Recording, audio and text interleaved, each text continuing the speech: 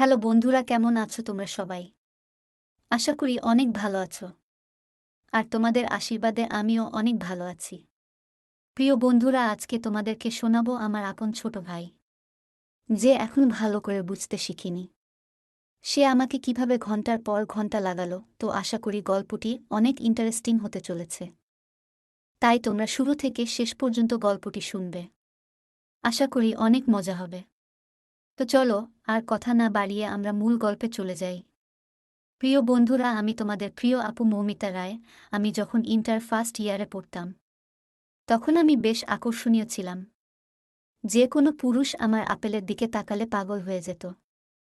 কিন্তু কোনো ছোট বাচ্চাও যে আমার প্রতি এরকম পাগল, তা আমি জীবনে প্রথম দেখতে পেলাম।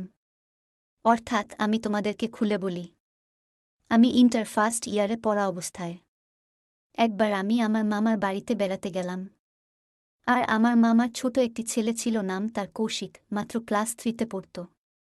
কিন্তু বেশ চালাক, চতুর এবং পাকনা ছিল।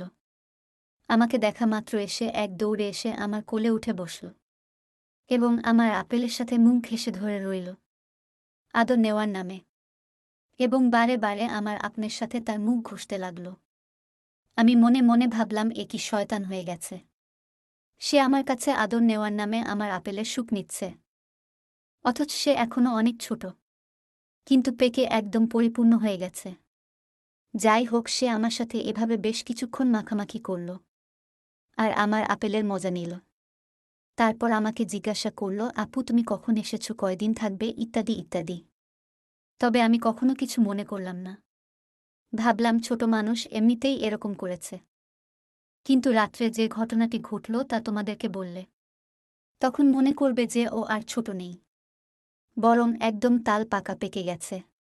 তো বন্ধুরা, দিনের বেলায় আমার বিভিন্ন জনের সঙ্গে আলাপ আলোচনা করতে করতে দিন গেল।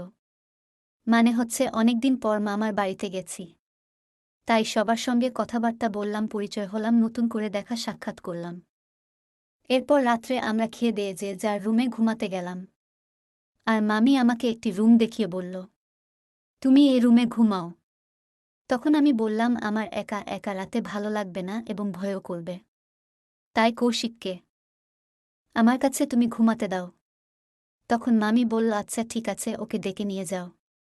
এরপর আমি কৌশিককে ডেকে আমার রুমে গিয়ে দরজা লাগিয়ে দিয়ে শুয়ে পড়লাম আর বিভিন্ন রকমের গল্প করতে লাগলাম। কিন্তু গল্প করতে করতে বুঝতে পারলাম, ও যেন শুধু আমার গায়ের সাথে ঘেঁষে শুতে যাচ্ছে আর বারবার তার নাক আমার আপেলের কাছে এনে গন্ধ শুকছে এবং মজা নিচ্ছে। আমি ওকে বারে বারে সরিয়ে দিতে যাচ্ছিলাম, আর ও বারে বারেই আমার আপেলের কাছে এসে ঘষা দিচ্ছিল। তখন মনে মনে আমার একটু সন্দেহ হলো যে কৌশিক এমন কেন করছে। তবুও আমি কিছু মনে করলাম না। ভাবলাম ছোট মানুষ, তাই এমন করছে। এরপর বিভিন্ন রকমের গল্প করতে করতে আমরা ঘুমিয়ে গেলাম। কিন্তু হঠাৎ মাঝরাতে আমার ঘুমটা ভেঙে গেল কৌশিকের অন্য একটা আচরণে।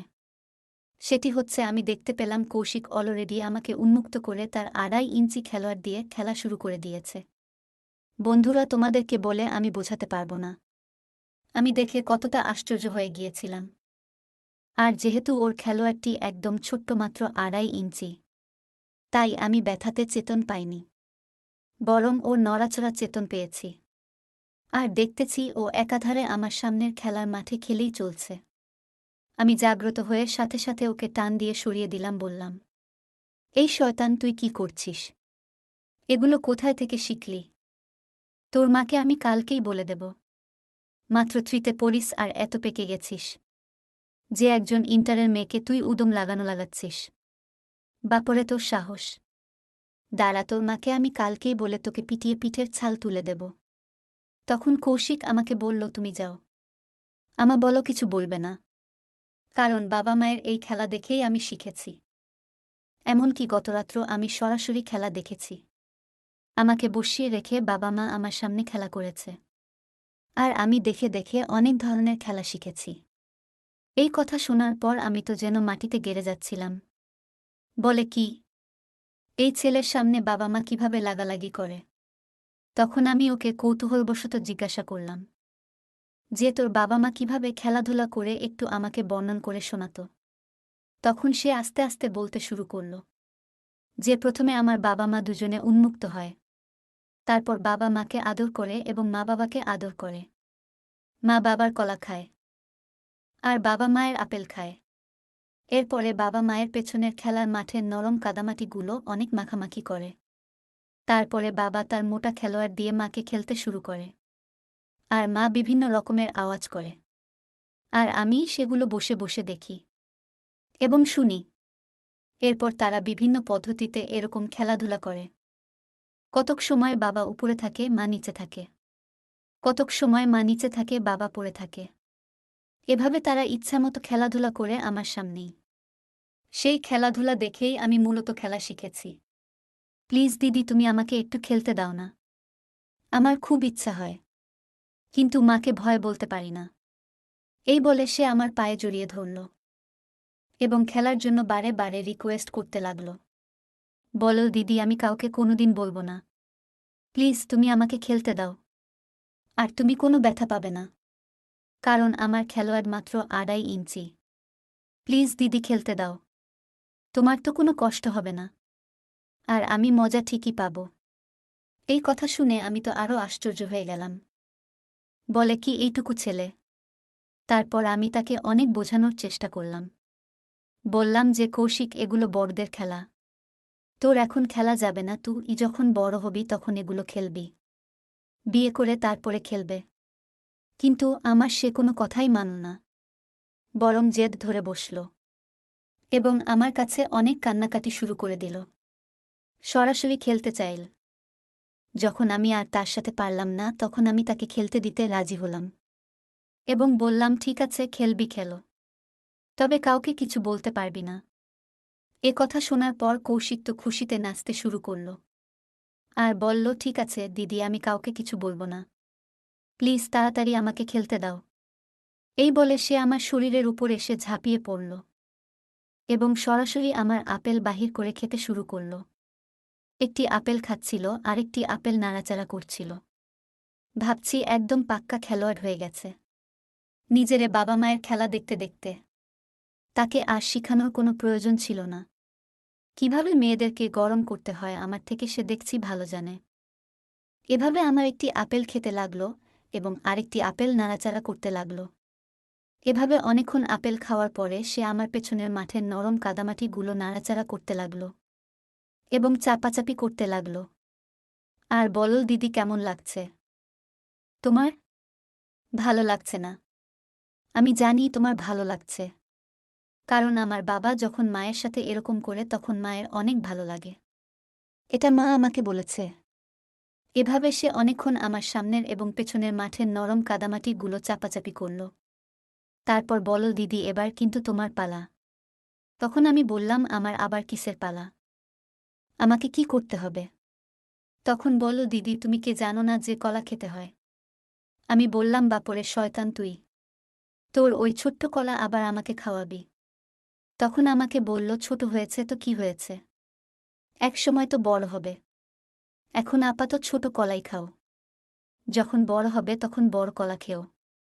এই বলে সে তার কলা বের করে আমার মুখের কাছে এনে ধরল। তার কলাটি একদম ছোট্ট, যেহেতু সেই ছোট মানুষ মাত্র 2.5 ইঞ্চি। তো আমারও আসলে মনে মনে অনেক ভালো লাগছিল, কারণ জীবনে এরকম ছোট ছেলের সাথে খেলব বলে আমি ভেবেছিলাম না। বিষয়টি একটু আলাদা রকমের মনে হচ্ছিল। তাই আমি আনন্দ করে তার কলা খাওয়া শুরু করলাম এবং দেখতে পেলাম তার গলাটি একদম রডের মতো শক্ত হয়ে গেছে।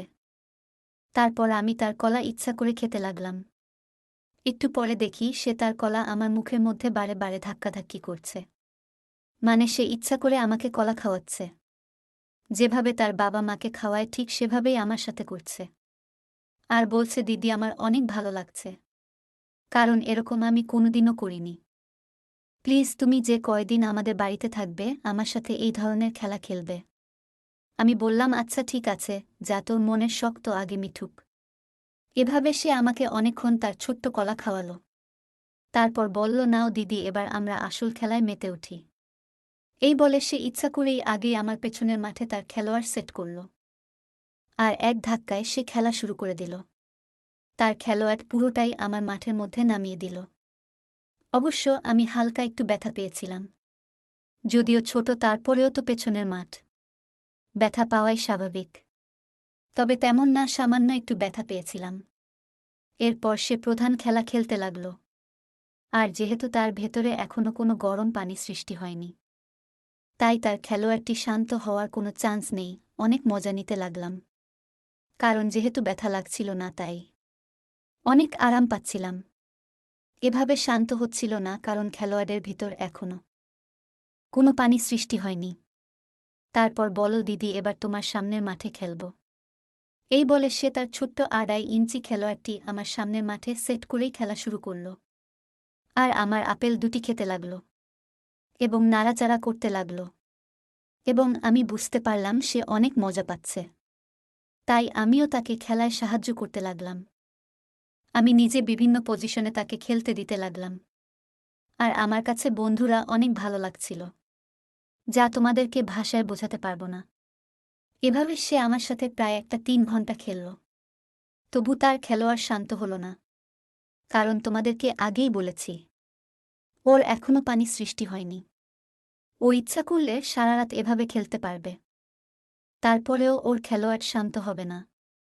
এভাবে খেলতে খেলতে আমাকে পাগল করে দিল। প্রায় 3 ঘন্টা হয়ে গেল, তখন বলল দিদি আমার হাত পা ব্যথা হয়ে গেছে, আমি আর খেলতে পারছি না। শুধুমাত্র ওর হাত পা ব্যথা হয়ে গেছে বিধায়। বলো দিদি আমি আর পারছি না, আমি একটু রেস্ট নিব। আমি বললাম ঠিক আছে, রেস্ট নে, তবে আজকে তোকে মজা বুঝিয়ে ছাড়ব। আজকে সারা রাত খেলতে হবে, দেখব তোর গায়ে কত জোর আছে, তুই কত পারিস। তুই তোর বড় দিদিকে পরাজয় করতে চাস। আজকে তোর খেলার শেষ আমি দেখে ছাড়ব। সারা রাত তোকে ঘুমাতে দেব না, ঘুমালে কিন্তু খবর আছে। ও বলল আচ্ছা দিদি ঠিক আছে, দেখি তুমি পারো নাকি আমি পারি। এই বলে সে সর্বোচ্চ 5 মিনিট দেরি করে আবারও খেলা শুরু করল এবং পরিপূর্ণ গায়ের জোর দিয়ে খেলতে লাগল। আর আমি ওর ছোট্ট খেলোয়াড়ের মজা নিতে লাগলাম। খেলোয়াড় থেকে ও যখন আমার আপন কমলাগুলো খাচ্ছিল, তখন আরও বেশি মজা লাগছিল, কারণ ওর খেলোয়াড় তো ছোট ছিল, বেশি ভিতরে যাচ্ছিল না, কিন্তু আপেল কমলা খাওয়ার মজাটা ঠিকই লাগছিল। বন্ধুরা, এভাবে ও আমার সাথে প্রায় রাত 1টা পর্যন্ত খেলাধুলা করল এবং অনেক ক্লান্ত হয়ে গেল। আর আমার কাছে মাফ চাইল। আমি বললাম ঠিক আছে যা, যেহেতু তুই হার মেনেছিস এখন ঘুমিয়ে পড়। ওয়াশরুম থেকে হাত মুখ ধুয়ে এসে তারপরে শুয়ে পড়ল এবং খুব ভোরে জাগ্রত হওয়ার পর সে আবারও আমার সাথে খেলল। আর আমিও খেলতে দিলাম, কেননা আমার আসলে ভালোই লাগছিল। আমি প্রায় 7 দিন ছিলাম, এই 7 দিনে ও আমার সাথে প্রায় 30 বার খেলাধুলা করেছে, কিন্তু একবারও ওর পানি বের হয়নি, কারণ সে এখনও উপযুক্ত হয়নি। আর আমিও অনেক মজা নিলাম এই 7 দিনে। এরপরে বাড়ি চলে আসলাম, কিন্তু বাড়িতে আসার পরও তার কথা বারে বারে মনে পড়ছিল। এরপরে আমি মাঝে মাঝে মামাদের বাড়িতে বেড়াতে যেতাম এবং ওর সাথে ইচ্ছামতো খেলাধুলা করতাম। তো বন্ধুরা, এই ছিল আজকের ঘটনা। ঘটনাটি কেমন লাগলো অবশ্যই কমেন্ট করে জানাবেন। ভালো লাগলে চ্যানেলটি সাবস্ক্রাইব করবে। তো সবাই ভালো থাকবেন, দেখা হবে আগামী নতুন কোনো পর্বে। সে পর্যন্ত সবাইকে টাটা, বাই বাই।